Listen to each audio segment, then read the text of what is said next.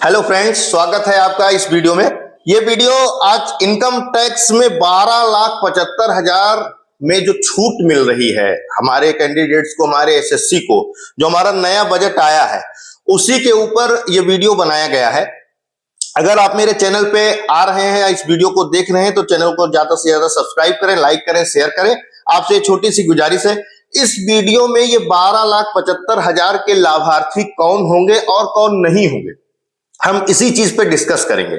इसका एक detailed video जो ज्यादा लंबा नहीं है, लेकिन इसमें हम वो चीजें बता रहे हैं जिसमें आपको 12,75,000 रुपए में आपको छूट मिलेगी नहीं मिलेगी, हम कौन से आईटीआर को फाइल करेंगे तो हमको उसका लाभ मिलेगा नहीं मिलेगा, ये चीजें बताई जाएंगी। तो चलिए हम बढ़ते हैं कंप्यूटर स्क्रीन की तरफ कि कौन से वो व्यक्ति हैं, कौन सी लीगल एंटिटी हैं जो 12,75,000 या 12 लाख रुपए तक की इनकम पे।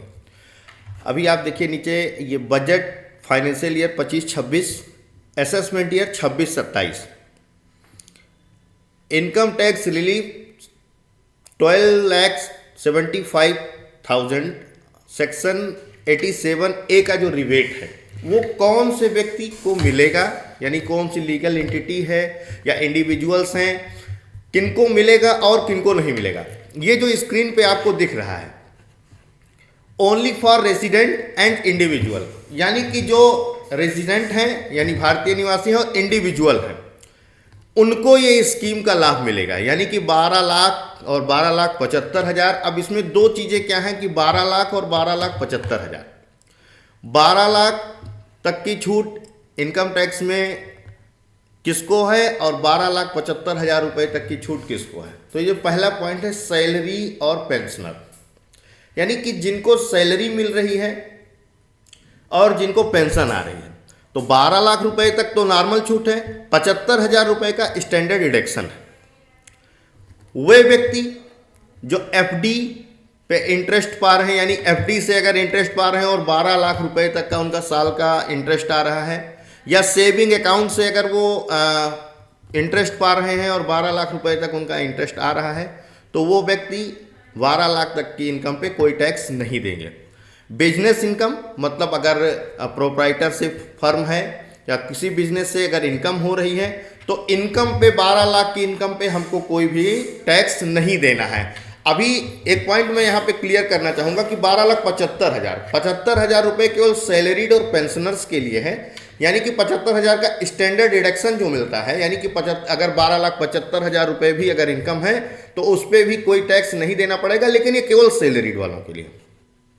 अगला जो पॉइंट है ये है डिविडेंड एंड एफएनओ इंट्राडे, यानी कि डिविडेंड मतलब अगर कहीं शेयर स्टॉक्स में कोई ट्रेडिंग कर रहा है, कोई व्यक्ति अगर ट्रेडिंग कर रहा है तो उससे होने वाली इनकम पे टैक्स नहीं देना है। फ्यूचर एंड ऑप्शन या इंट्राडे ट्रेडिंग पे अगर कोई जो है आपकी 12 लाख रुपए तक की इनकम है तो उस पर कोई टैक्स नहीं देना है।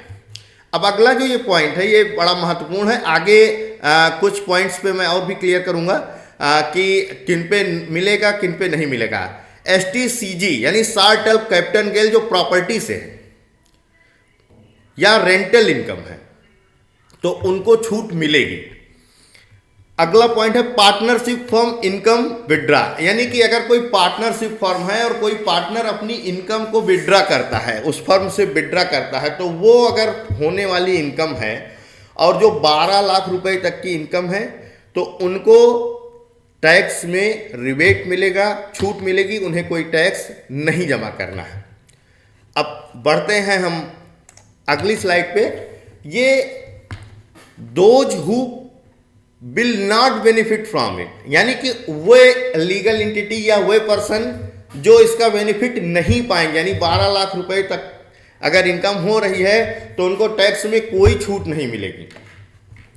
जो है शॉर्ट टर्म कैपिटल गेन, यानी शॉर्ट टर्म अगर कैपिटल गेन है, अभी पिछले स्लाइड में हमने डिस्कस किया कि शॉर्ट टर्म कैपिटल गेन जो प्रॉपर्टी से रिलेटेड है उनको छूट मिलेगी, लेकिन ये 111 के अंतर्गत जो आएंगे उनको 20% टैक्स देना ही देना है।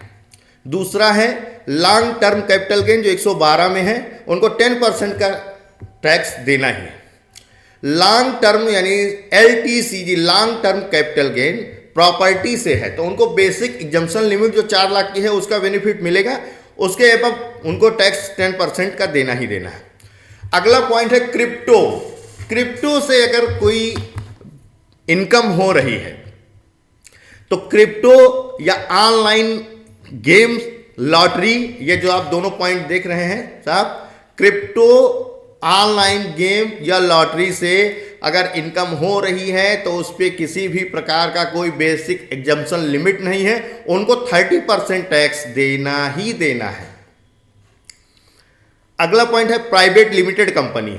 प्राइवेट लिमिटेड कंपनी को इसमें कोई छूट नहीं मिलेगी। प्राइवेट लिमिटेड कंपनी वाले 25% टैक्स स्लैब में आते हैं, वो 25% टैक्स देंगे। एलएलपी 30% टैक्स देगी। एलएलपी वालों को भी 12 लाख का कोई बेनिफिट नहीं मिलेगा।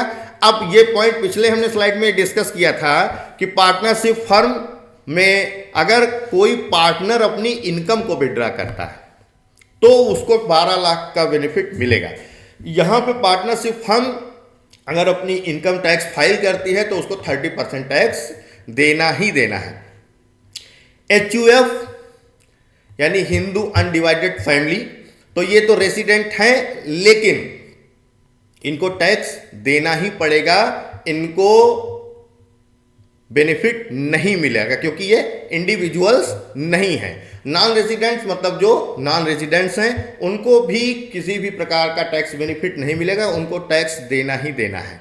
तो इतने छोटे से वीडियो में दोस्तों आपको मैं उन पॉइंट्स पे चीज़ें क्लियर कर दिया हूं कि किनको ये टैक्स बेनिफिट मिलेगा और किनको नहीं मिलेगा। अगर इससे कुछ इतर है जो आपको भी लगता है कि हाँ और कुछ पॉइंट्स को कवर करना चाहिए तो हमें जरूर बताएं। तो दोस्तों उम्मीद है आपको ये वीडियो अच्छा लगा होगा। अगर अच्छा लगा है तो ज्यादा से ज्यादा कमेंट कीजिए, सब्सक्राइब कीजिए, लाइक कीजिए, शेयर कीजिए, अपने दोस्तों में शेयर कीजिए ताकि ये वीडियो उन लोगों तक जाए जो इसकी जरूरत समझते हैं।